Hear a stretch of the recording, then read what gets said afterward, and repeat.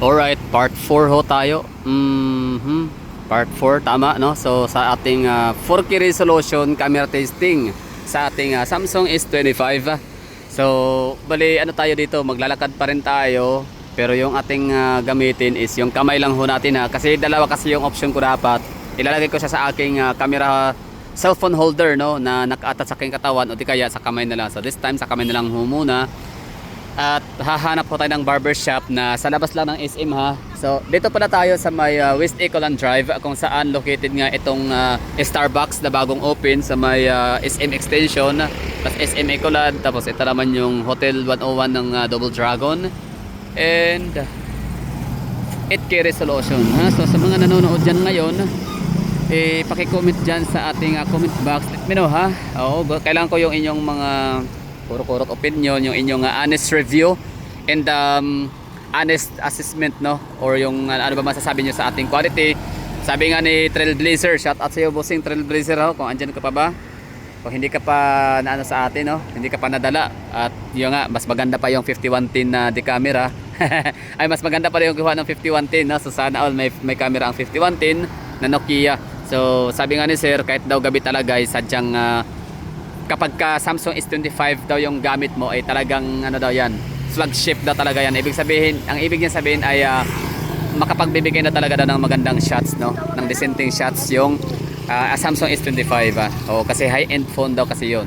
So tingnan natin ngayon, kahit daw gabi, mabibigyan na talaga ng hostisya yung mga detalye ng mga images na madadaanan ng camera, since we're using S25 Samsung series. So let's go.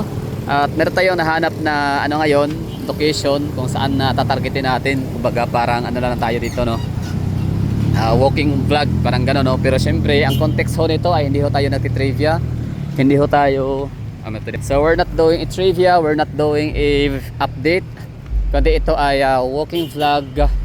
Tapos ano siya, camera testing lang siya sa ating 8K resolution, kung magiging maganda ba yung kanyang outcome, magiging maganda ba yung kanyang resulta. So yun, it's second maliban sa context sa yun. So ito naman ay benefits ko rin to sa sarili ko.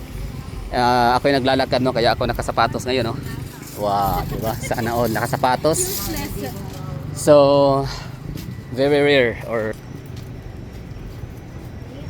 napakapambihirang pagkakataong ako'y susuot ng sapatos kapag ka naglalakad. Oh, I mean, yun na nga, pag lumalabas. Okay, so 8K resolution pa rin tayo dito. So ang tatargetin natin is sa kabilang parte ng kalsada, no? So that's Tulip Drive.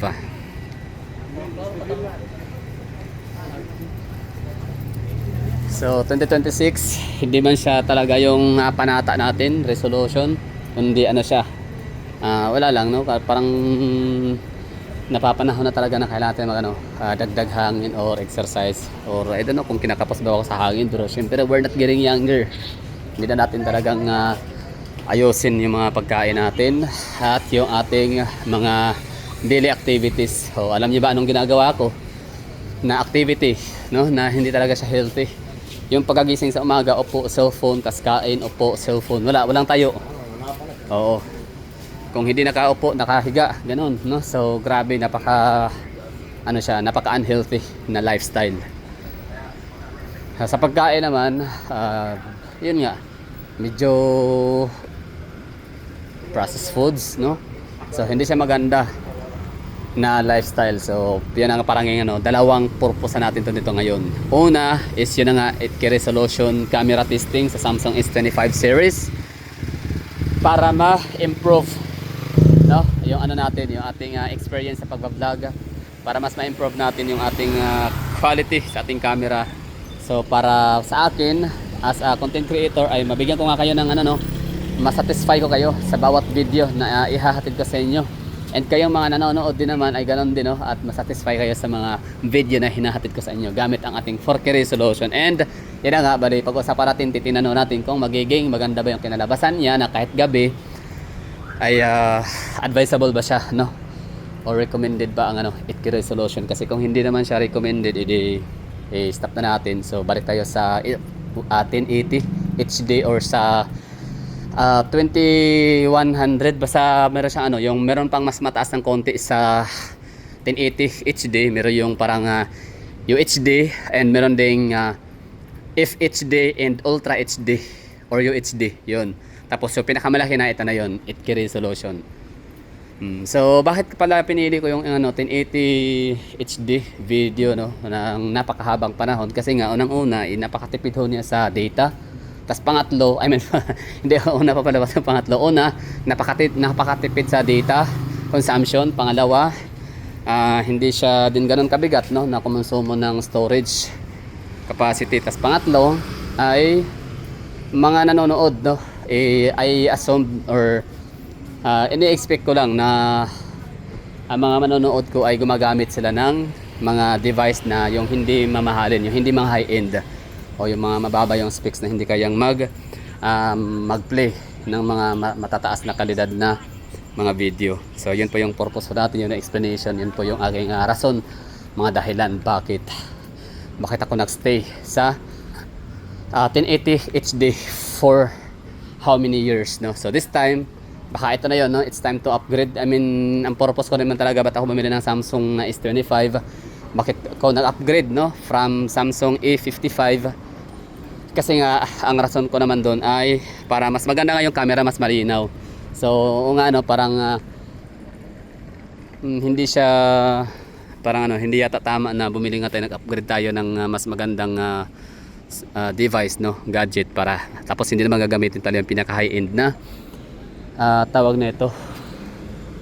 Para ito yata yung pupuntahan ko, yung hindi pinaka high-end na camera ang gagamitin, di ba? Ano sa tingin nyo? Yan na yata yung hinahanap natin sa kabila. Yun, no? Ewan ko lang kung alam nyo ano yung hinahanap ko dito ngayon. Ayan na, so tapat lang dyan. Lalabas tayo ng premises of SM company, SMDCI.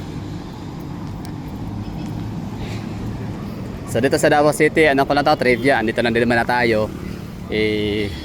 Bawal ang smoking, di ba? Non-smoking city ang Davao City. Strictly talaga na prohibited in a public places. Pero may mga certain portion or certain areas sa mga private properties, for example, ganito SM. So meron silang mga designated area na smoking. So ngayon, so far, meron tayong tatlong spot or portion or certain area na makikitang pwedeng mag-yosi. Pero hindi lang to sa panigurado sa Davao. Hindi lang to Davao lang nangyayari, ha. Alam ko meron dito sa ibang syudad. Basta SM. Meron silang mga designated area for smoking. Yun nga lang siguro, hindi na siya sinusunod masyado. Hindi na lahat ng smoker sa ibang syudad. Hindi lahat ng smoker ng ibang syudad outside Davao na talagang pupunta pa ng mga designated smoking area sa SM area. Kasi nga, hindi naman sila talaga ganun strictly prohibited na mag-yosi kahit saan. So lang, no? So may lang, pinagkaiba na siguro. Yeah. Amoy talaga. Iba yung hindi ka na smoker, hindi ka smoker tapos talaga mapapadaan ka sa mga nag-yosi. So syempre, alam mong smoking zone area, di wag ka nang dumaan. Iwasan, di ba? Alright, so yun na, we're done. So kumusta ang quality, kumusta ang performance ng 8K resolution ng camera, ha? Maganda ba? So far so good. Okay man, hindi man siya nakahilo, nakalula. Hindi ba sumasakit ulo nyo habang nanonood? Ha? Okay lang ba yung galaw? So yung natin, set up natin ngayon sa pagbablog ay naglalakad tayo. So syempre, iba yung paglalakad lang sa naka-steady positioning. So yun na siguro, thank you for watching, ha? Let me know in the comment box, kailangan ko ang yung komento.